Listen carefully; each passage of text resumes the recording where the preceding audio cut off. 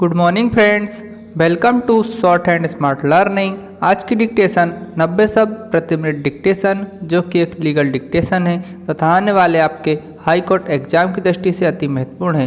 तो डिक्टेशन को लिखिए, साथ इसका ट्रांसक्रिप्शन भी जरूर कीजिए। डिक्टेशन की पीडीएफ के लिए हमारे व्हाट्सएप ग्रुप को ज्वाइन कीजिए। साथ ही आप हमारे चैनल पर न्यू हो तो हमारे चैनल को जरूर सब्सक्राइब कीजिए, ताकि आपको इसी तरह की डिक्टेशन और एग्जाम संबंधित डिटेल्स प्राप्त होती रहे। डिक्टेशन शुरू होगी 5 सेकेंड बाद। स्टार्ट। यदि कोई व्यक्ति जिसे धारा 106 या धारा 117 के अधीन प्रतिभूति देने के लिए आदेश दिया गया है, ऐसी प्रतिभूति उस तारीख को या उस तारीख के पूर्व, जिसको वह अवधि, जिसके लिए ऐसी प्रतिभूति दी जानी है, प्रारंभ होती है, नहीं देता है, तो वह इसमें इसके पश्चात ठीक आगे वर्णित दशा के सिवाय कारागार में भेज दिया जाएगा, अथवा यदि वह पहले से ही कारागार में है तो वह कारागार में तब तक निरुद्ध रखा जाएगा जब तक ऐसी अवधि समाप्त न हो जाए, या जब तक ऐसी अवधि के भीतर वह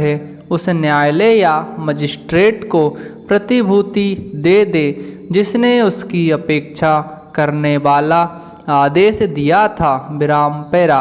यदि किसी व्यक्ति द्वारा धारा 117 के अधीन मजिस्ट्रेट के आदेश के अनुसरण में परिशांति बनाए रखने के लिए निष्पादित कर दिए जाने के पश्चात, उसके बारे में ऐसे मजिस्ट्रेट या उसके पद उत्तरवर्ती को समाधानप्रद रूप में यह साबित कर दिया जाता है कि उसने बंधपत्र का भंग किया है, तो ऐसा मजिस्ट्रेट या पद उत्तरवर्ती, ऐसे सबूत के आधारों पर लेखबद्ध करने के पश्चात आदेश कर सकता है कि उस व्यक्ति को गिरफ्तार किया जाए और बंधपत्र की अवधि की समाप्ति तक कारागार में निरुद्ध रखा जाए, तथा ऐसा आदेश ऐसे किसी अन्य दंड या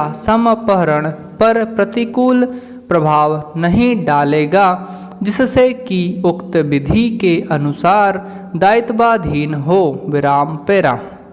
जब ऐसे व्यक्ति को 1 वर्ष से अधिक की अवधि के लिए प्रतिभूति देने का आदेश मजिस्ट्रेट द्वारा दिया गया है, तब यदि ऐसा व्यक्ति यथापूर्वोक्त प्रतिभूति नहीं देता है तो वह मजिस्ट्रेट यह निर्देश देते हुए वारंट जारी करेगा कि सेशन न्यायालय का आदेश होने तक, वह व्यक्ति कारागार में निरुद्ध रखा जाए और वह कार्यवाही सुविधा अनुसार शीघ्र होने न्यायालय के समक्ष रखी जाए।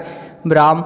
ऐसा न्यायालय ऐसी कार्यवाही की परीक्षा करने के लिए और उस मजिस्ट्रेट से किसी और इत्तिला या साक्ष्य की, जिसे वह आवश्यक समझे, अपेक्षा करने के पश्चात और संबद्ध व्यक्ति को सुने जाने का उचित अवसर देने के पश्चात मामले में ऐसे आदेश पारित कर सकता है जो वह ठीक समझे।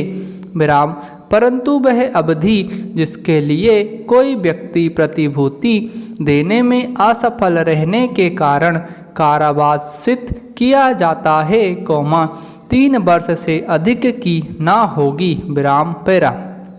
यदि एक ही कार्यवाही में ऐसे 2 या अधिक व्यक्तियों से प्रतिभूति की अपेक्षा की गई है, जिनमें से किसी एक के बारे में कार्यवाही सेशन न्यायालय को उपधारा 2 के अधीन निर्देशित की गई है, तो ऐसे निर्देश में ऐसे व्यक्तियों में से किसी अन्य व्यक्ति का भी जिसे प्रतिभूति देने के लिए आदेश दिया गया है मामला शामिल किया जाएगा और धारा 2 और 3 के उपबंध उस दशा में ऐसे अन्य व्यक्ति के मामले को भी इस बात के सिवाय लागू होंगे कि वह अवधि जिसके लिए वह कारावासित किया जा सकता है उस अवधि से अधिक ना हो जिसके लिए प्रतिभूति देने के लिए उसे आदेश दिया गया था।